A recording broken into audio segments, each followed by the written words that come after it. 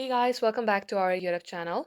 In today's video, let's learn how to fix the LinkedIn persona verification not working. So first thing first, you have to check if your name is mismatched or not. At times when your LinkedIn name is different and what you have in your documents are different, the error will show up. So make sure that name mismatch is not a problem. Another is check the ID scan quality. While scanning your ID, it should be clear photo, it should not have any glare, and there should be no alteration like blur or any effects in your ID card. And likewise, other potential issues may be regional issues.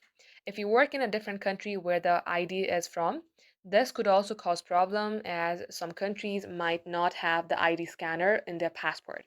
So guys, make sure that you are not from that country. And another is read what you are required in order to verify your LinkedIn account. So these are all the informations. You can also find it in Google.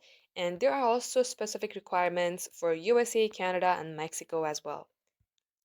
So guys, this is all for today's video. Thank you all for watching. We will catch up in our next upload.